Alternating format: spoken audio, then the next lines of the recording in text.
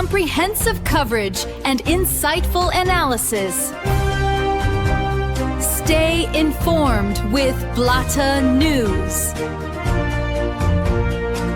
ሰላም ጤና ይስጥልን እንደምን አላችሁ ውድ የብላታ ኒውስ ቤተሰቦች ዛሬም አዲስ መረጃን ይዘን ከናንተ ጋር ተገናኝተናል። አዲስ ያልተሰማ በተለይም ደግሞ መካከለኛው ምስራቅን ያመሰ የሚገኘው ጦርነትን የተመለከተ አዲስ የጧት መረጃን ይዘን ወደ እናንተ መተናል። ዶጋመድ እናደርጋታለን። ስልጣኔዋ ለደቀን ቁልፍ መሰረተ ልማቶቿንም አውድመን ወደ ድንጋይ ዘመንን መልሳታለን እየተባለ የተዛተባትን ኢራንንና አሜሪካን የተመለከተ አዲስና አነጋጋሪ መረጃም አለ። ለሁለት ሳምንታት የሚዘልቅ ተኩስ አቁምን ለማድረግ ተስማምቷል ተብሏል። ነገር ግን የጦርነቱን አቅጣጫ እንደሚቀይር ከሚጠበቀው በዚህ የስምምነት ዙሪያ የሚወጡ መረጃዎች መላው ዓለምን እያነጋገሩ ነው። እኛም ታዲያ ስለ ተኩስ አቁሙና መነሻዎቹ በወፍ በረር ልናነሳ መረጃዎችን ወደ እናንተ ልናደርስ ወደናል። እንደተለመደ ሁሉ አብራችሁን ቆዩ። ሰብስክራይብ በማድረግ ቤተሰብ መሆኑም ግብዣችን ነው። ወደዛው አለፈን። Don't miss a story. Subscribe now. በመካከለኛው ምስራቅ እየተካሄደ ባለው አስከፊ ጦርነት ውስጥ ያልተጠበቀና መላው ዓለምን ያስገረመ አዲስ ለውጥ ተከስቷል። በአሜሪካና በኢራን መካከል ከዛሬ ሌሊት ጀምሮ የሚተገበር አዲስ የተኩስ አቁም ስምምነት ላይ መደረሱ ተገልጿል። ስምምነቱ በፓኪስታን የትራምፕን ተደጋጋሚ ማስፈራሪያና ዛቻና ማስፈራሪያ በማስመልከት ያቀረበችውን የሁለት ሳምንታት የተኩስ አቁም ስምምነት ጥሪ ተከትሎ የተደረገ ነው። ጥሪውን ያደረጉት ከአሁን ቀደም ኃላፊነቱን ወስደው ለማደራደር ጥረቶችን ሲያደርጉ የነበሩት የፓኪስታኑ ጠቅላይ ሚኒስትር ሼህባዝ ሻሪፍ ስምምነት ላይ መደረሱን አብስረው ሀገራቱን አወድሰዋል። መሪዎቻቸውንም አመስግነዋል። በሊባኖስና በሌሎችም ቦታዎች ሁሉ አስቸኳይ የተኩስ አቁም እንዲደረግ ስምምነት ላይ መደረሱን አብስረው ውሳኔው ካሁን ቀደም ወይም ደግሞ ካሁኑ ሰዓት ጀምሮ ተግባራዊ ይሆናል ብለዋል።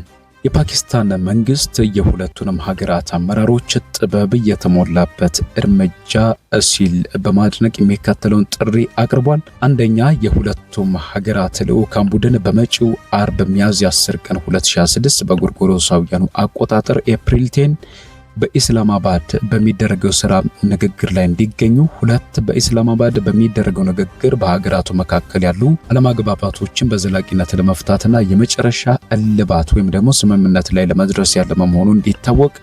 ሶስተኛ፣ ሁለቱም ወገኖች ለሰላምና ለቀጠናው መረጋጋት ያሳዩት ገንቢ ተሳትፎ የሚደነቅ መሆኑን ገልጾ ንግግሩ ስኬታማ እንዲሆን ተመኝቷል።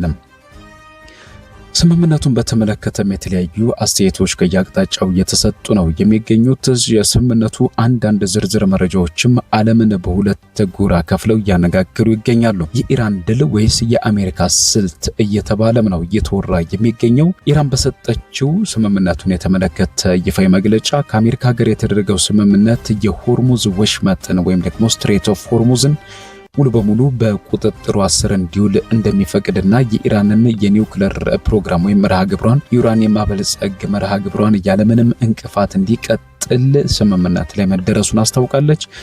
በሌላ በኩል ዋይት ሃውስ የተኩስ አቁም ስምምነቱ በአሜሪካ ሰዓት ዛሬ ሌሊቱን ጀምሮ ተግባራዊ እንደሚሆን አረጋግጧል። ሆኖም ግን በትራምፕ የተሰጠው የጊዜ ገደብ በማለቁና በኮሙኒኬሽን ችግር ምክንያት ትዕዛዝ ባልደረሳቸው አንዳንድ የኢራን አብዮታዊ ዘብ አባላት ሪቮሉሽናሪ ጋርድ ክፍሎች በኩል በተለይም በባህረ ሰላጤው ሀገራት ላይ ሊሰነዘር የሚችል ጥቃት ሊኖር እንደሚችል አስጠንቅቋል። ዋይት ሃውስ ኢራን ያቀረበችውን ባለ 10 ነጥብ የድርድር ቅድመ ሁኔታዎችን ተቀብሏል የሚለውን ወሬ መሰረተ ቢስ ሲልም አስተባብሏል። አሜሪካ የተስማማችው ለሁለት ሳምንታት ለሚቆይ የተኩስ አቁም ብቻ ነው ያለም ሲሆን ጦርነቱን በዘላቂነት ለማቆም ግን ድርድር መደረጉ ይቀጥላል ብሏል።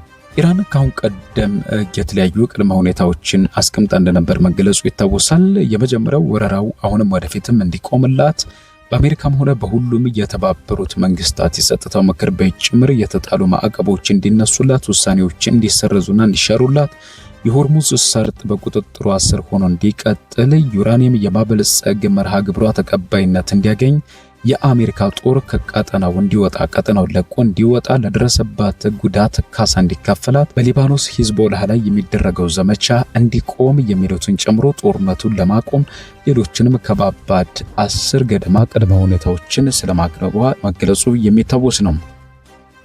ነገር ግን ስምምነቱን የተመለከተው ሌላው ትልቁ መረጃ የሚሆነው የሆርሙዝ ሰርጥን የተመለከተው ጉዳይ ነው። የሆርሙዝ ሰርጥ እንዲከፈት ነገር ግን በሰርጡ የሚያልፉ የጭነት መርከቦች የኮቴ እንዲከፍሉ ተስማምቷል እየተባለ ይገኛል።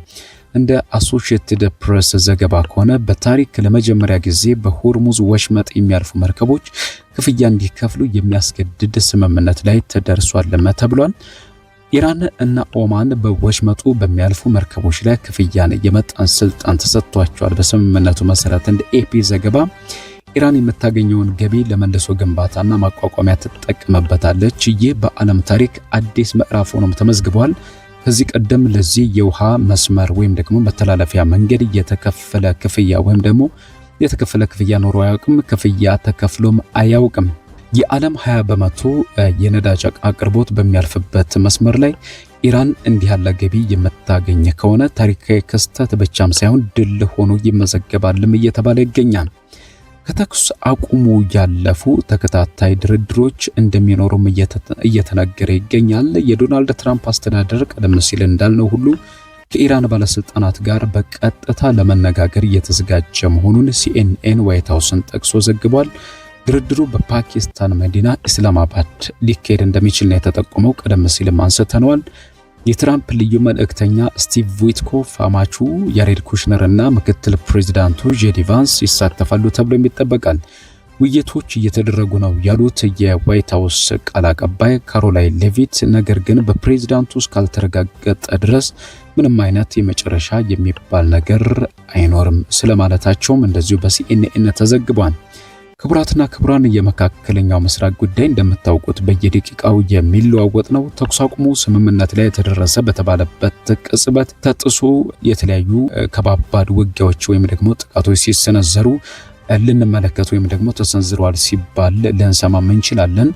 ከልብ የመነጨስ ይሆን ወይስ ደግሞ ካሁን ቀደም እንደታየ ሁሉ ሌላ ጊዜ መግዣ ስልት የሚለው የእኛም የብዙዎችም ጥያቄ ነው። የእናንተም ጭምር እንደሚሆን እንደዚሁ እንገምታለን።